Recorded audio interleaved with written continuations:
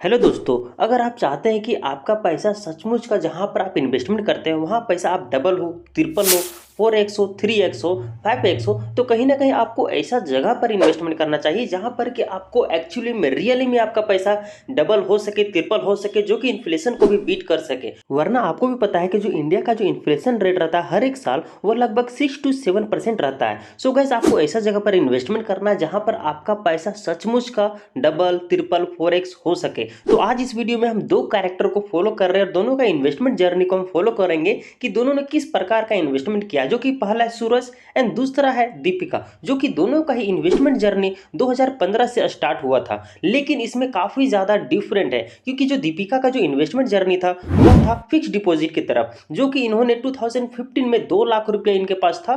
तो इन्होंने क्या किया कि 2 लाख रुपया फिक्स डिपॉजिट में लगा लिया। और आपको भी पता है कि जो फिक्स डिपॉजिट का जो टर्म रहता है वो लगभग 7 to 8 ईयर रहता है। अगर दिया 2015 में अपना 2 लाख रुपए जमा करती है तो कहीं ना कहीं 2023 को इसका 2 से 4 लाख बन जाएगा। लेकिन अगर दी क्या क्या अगर दी 2 लाख से 4 लाख बन गया, लेकिन उसी के बीच में काफी ज्यादा सारा चीज का, गुड्स का, कमोडिटीज का प्राइस बढ़ जाता है। जब इसका 2 से 4 लाख बढ़ जाता है, फिर यह दीपिका सोचती है कि इसको फिर से री इन्वेस्टमेंट करे ताकि इसका पैसा और भी ज्यादा बड़ा हो सके, ज्यादा बन सके। तो क्या क्या इसने कि 4 लाख को फिर इन्होंने 2023 को री इन्वेस्टमेंट कर दिया और वो 4 लाख से 8 लाख बन गया लगभग 2031 को। और 2031 को वह 4 लाख से 8 लाख बन गया तो उन्होंने क्या किया फिर से री इन्वेस्टमेंट कर दिया, जो कि 2039 को इसका 8 से 16 लाख बन जाता है। लेकिन इसी का बीच में आप देखते होंगे काफी चीज, सारे चीज का प्राइस बढ़ भी जाता है। तो एक्चुअली में अगर देखा जाए तो इसका तो पैसा तो डबल हुआ, लेकिन एज कंपेयर टू जितना डबल होना चाहिए, जितना पैसा बनना चाहिए, उतना पैसा नहीं बना। और कैसे नहीं बना है आपको आगे बताते हैं कि कैसे नहीं बना है। और इसका जो टोटल ड्यूरेशन लगा लगभग 24 साल में, 24 साल में इन्होंने 2 से 16 लाख बना पाया। लेकिन उसी के कंपेयर में अगर हम देखते हैं सूरज, जो कि एक सिस्टमेटिक इन्वेस्टमेंट प्लान को फॉलो करते हैं। एसआईपी बेस्ड इसलिए है क्योंकि यहाँ पर आपका सारा पैसा एक ही बार देना नहीं पड़ता है। अगर आप देखिएगा फिक्स डिपॉजिट में तो वहां पर आपको एक ही बार इन्वेस्टमेंट करना पड़ता है, 2 लाख, 3 लाख, 1 लाख, आप जितना भी कर सके। लेकिन सिस्टमेटिक इन्वेस्टमेंट प्लान में आपको क्या करना पड़ता है, मंथली इन्वेस्टमेंट करना पड़ता है, जो भी आपके पास है पैसा। तो सूरज ने हर मंथली 2000 का डिसाइड किया कि 2000 हम इन्वेस्टमेंट करेंगे, जो कि काफी ज्यादा बेस्ट है। 2000, 3000 आप जितना भी कर सकते हैं, लेकिन सूरज ने 2000 के किया फॉर द 15 ईयर के लिए। अब 15 साल के लिए सूरज ने 2000 का इन्वेस्टमेंट किया। अगर देखिएगा तो एक्सपेक्टेड एनुअल रिटर्न आपको म्यूचुअल फंड में आपको 14 से 15% आपको देखने को मिलेगा ही मिलेगा, जो कि यहाँ पर देखिएगा कि आफ्टर 15 ईयर इसका टोटल जो इन्वेस्टमेंट अमाउंट है वह लगभग 3,60,000 बन जाता है। और उसमें जो वेल्थ गेन हो जाता है, वेल्थ क्रिएट होता है, वो लगभग 8,70,000 तक हो जाता है, जो कि काफी ज्यादा बेस्ट है। अगर देखिएगा सिर्फ इन्वेस्टमेंट और एज कंपेयर टू आप देखिएगा कि उसका वेल्थ गेन, वेल्थ क्रिएशन, जो कि काफी ज्यादा उससे डबल से भी ज्यादा है। तो यह काफी ज्यादा बेस्ट बन जाता है क्योंकि अगर यहाँ पर आपको एक ही बार पैसा जमा करना नहीं पड़ रहा है। अगर 15 साल के बाद तो 15 साल के आपका पैसा डायरेक्ट डबल हो जाता है और आपको एक ही बार पैसा देना नहीं पड़ता है। अगर फिर सोचिए कि इसको और कंटिन्यू हम करते हैं इसको फॉर द 20 ईयर के लिए,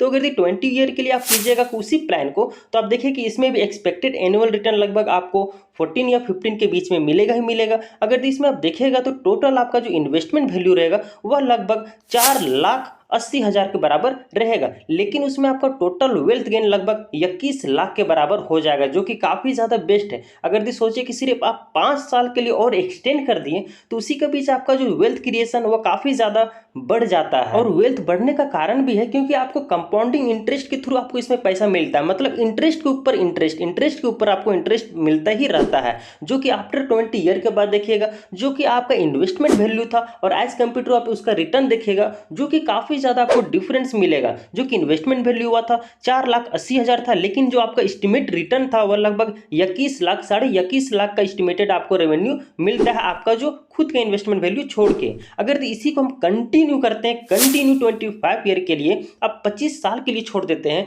तो कहीं ना कहीं आपको जो इन्वेस्टमेंट का जो रिटर्न है वह काफी ज्यादा बढ़ जाता है एज कंपेयर टू 20। मतलब जितना भी आप एक्सटेंड करते हैं अपना इन्वेस्टमेंट का जर्नी, उतना ही आपका वेल्थ क्रिएशन और बढ़ता है। अगर आपका इन्वेस्टमेंट अमाउंट तो जो का 6 लाख था और जो आपका वेल्थ क्रिएट था वह लगभग 48 लाख बन जाता है। मतलब आफ्टर 25 ईयर के बाद आपका काफी अच्छा वेल्थ क्रिएट कर सकते हैं through the SIP. So guys, SIP is one of the best option की जहां पर आप छोटा से छोटा अमाउंट से भी आप काफ़ी अच्छा वेल्थ क्रिएट कर सकते हैं। अगर यदि आप 20 ईयर्स के हैं, 25 ईयर के हैं, तो आपके लिए काफ़ी ज़्यादा बेस्ट है। और चलिए बेस्ट म्यूचुअल फंड के लिए बात करते हैं। ICICI Prudential technology direct plan growth, जो कि ये काफ़ी ज़्यादा बेस्ट है। आप इसमें स्टार्टिंग 500 1000 भी इन्वेस्टमेंट कर सकते हैं। Second, Kotak small cap fund direct growth, जो कि इसमें भी आप 500 1000 whatever you have amount to invest in directly या फिर मंथली बेसिस। अगर ये देखिएगा तो यह भी काफ़ी अच्छा बेसिस पर आप इसमें इन्वेस्टमेंट कर सकते हैं मंथली में। तीसरा है axis small cap fund direct plan growth, जो कि इसमें हम खुद इन्वेस्टमेंट करते हैं और इसमें हर एक मंथ हम लगभग 1000 का इन्वेस्टमेंट करना शुरू